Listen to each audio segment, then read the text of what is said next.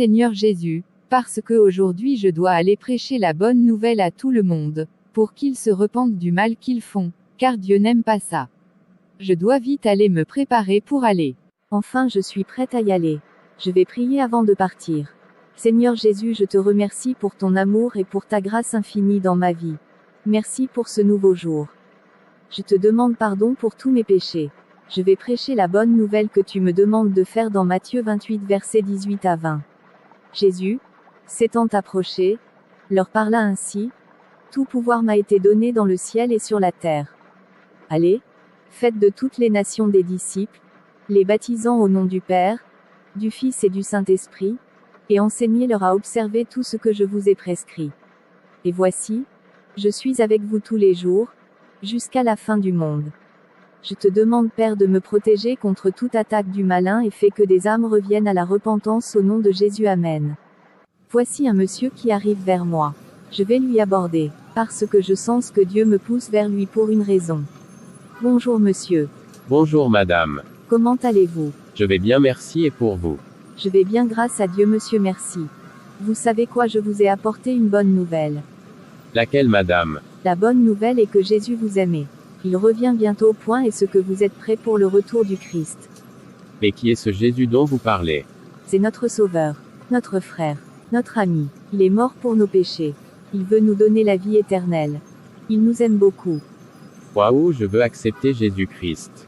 Je me sens béni dans vos paroles. Amen, que toute la gloire revienne à Jésus-Christ notre Seigneur et Sauveur. Alors répète après moi.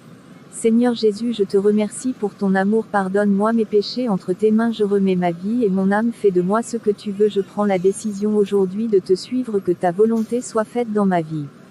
Seigneur Jésus, je te remercie pour ton amour, pardonne-moi mes péchés, entre tes mains je remets ma vie et mon âme, fais de moi ce que tu veux, je prends la décision aujourd'hui de te suivre, que ta volonté soit faite dans ma vie.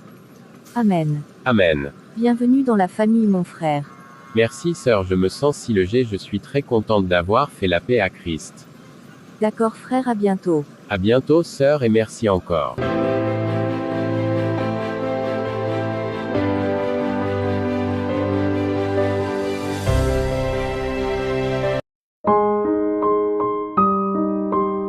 Voici maintenant, tous mes amis se sont mariés, et moi je suis toujours célibataire, qu'est-ce que je dois faire?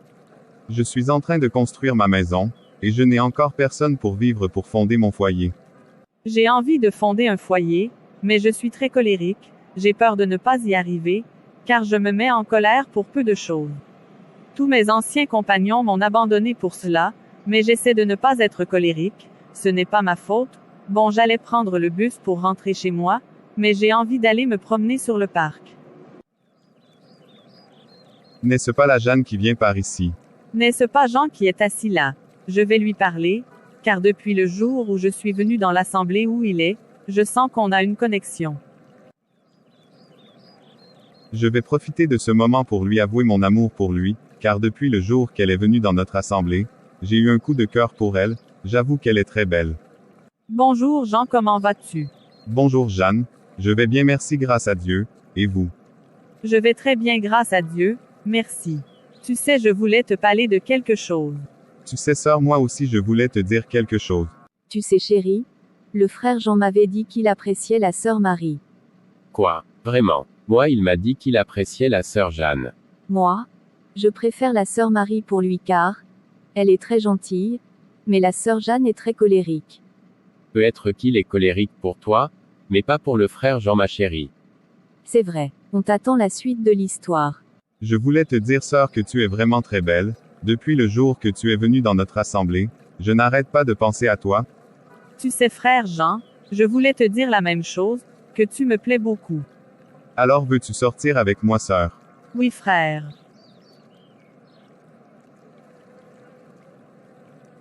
Bonsoir frère, comment ça va? Bonsoir frère, je vais bien, merci, grâce à Dieu, et toi? Je vais bien, merci, grâce à Dieu. Frère, je voulais t'annoncer une bonne nouvelle, je sors avec sœur Jeanne, et je crois que je vais l'épouser. Vraiment. Je suis très content pour toi mon frère, mais tu dois prier pour demander l'accord de Dieu mon frère pour cette union. D'accord frère, merci beaucoup, je vais y aller maintenant. D'accord frère.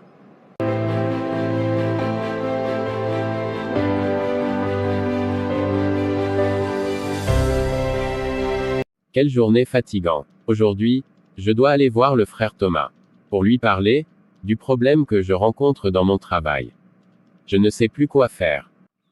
Frère Jackson m'avait dit qu'il allait venir me voir, parce qu'il avait besoin de parler quelque chose avec moi. Je vais l'attendre ici.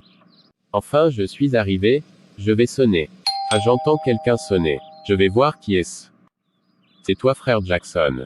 Comment vas-tu, mon frère en Christ? Bonsoir, frère Thomas. Oui, c'est moi.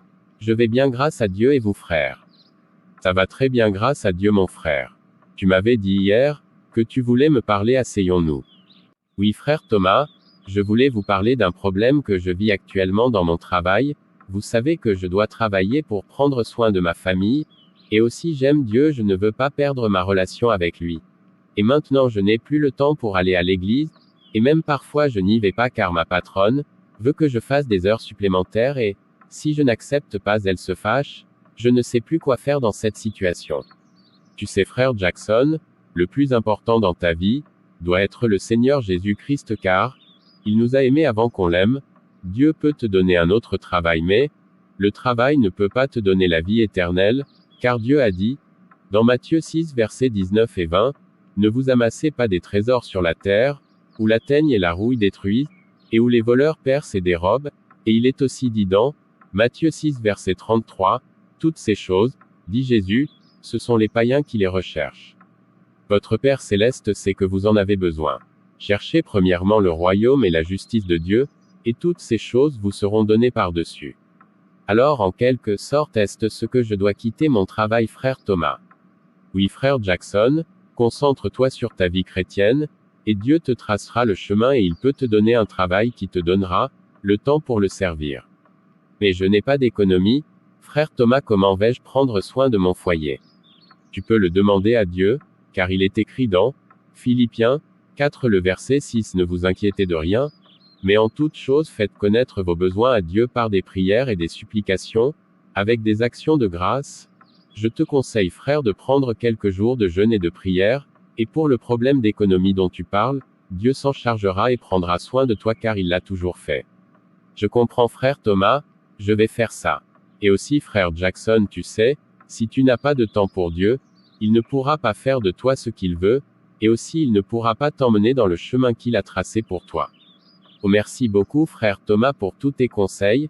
Je comprends bien maintenant pourquoi je me sentais souvent malade.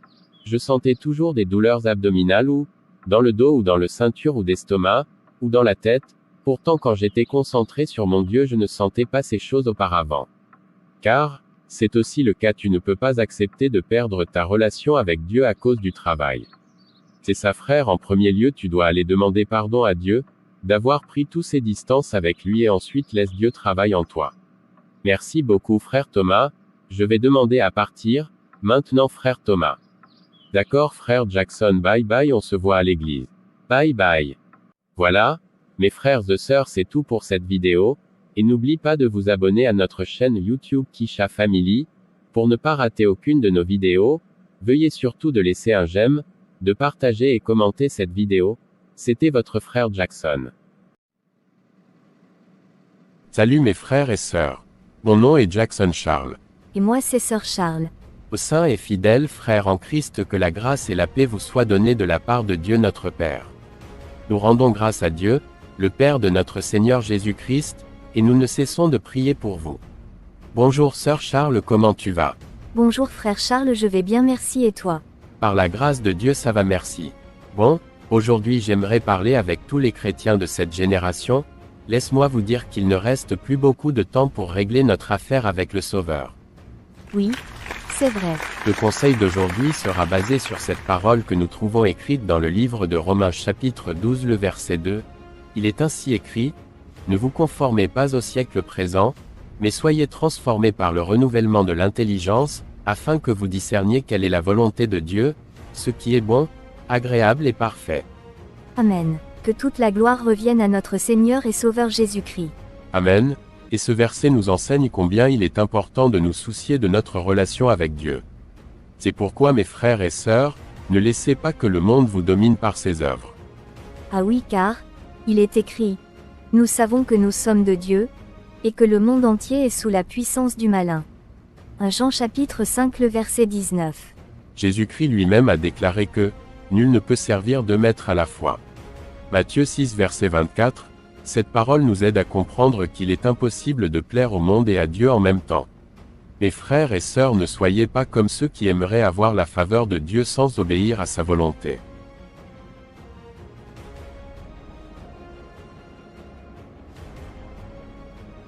Voilà, mes frères et sœurs, nous vous remercions d'avoir pris le temps d'écouter le message que Dieu vous a communiqué à travers de cette vidéo. Avant de partir, n'oublie pas de la partager afin qu'un plus grand nombre d'enfants de Dieu soient bénis et sanctifiés. Amen.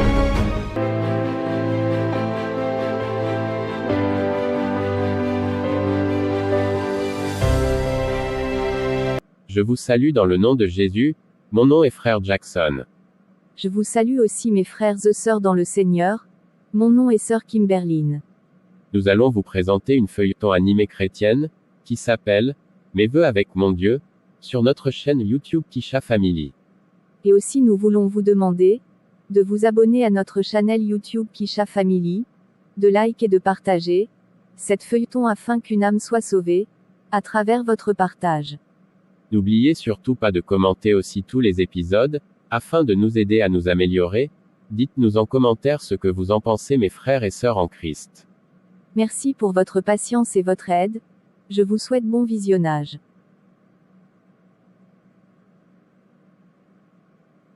Bonjour mon mari, comment a été la nuit? Bonjour ma chérie, bien grâce à Dieu et pour toi. Très bien grâce à Dieu. Maintenant prions. Oui, prions. Oh non, pas encore. Ils vont encore prier? Je ne comprends pas pourquoi ils prient autant. Chaque matin, ils doivent commencer leur journée en priant. J'en ai marre de tout ça, je ferais mieux de partir d'ici. Seigneur Jésus, nous te remercions pour ton amour, et ta grâce infinie dans notre vie. Nous te demandons pardon pour nos péchés.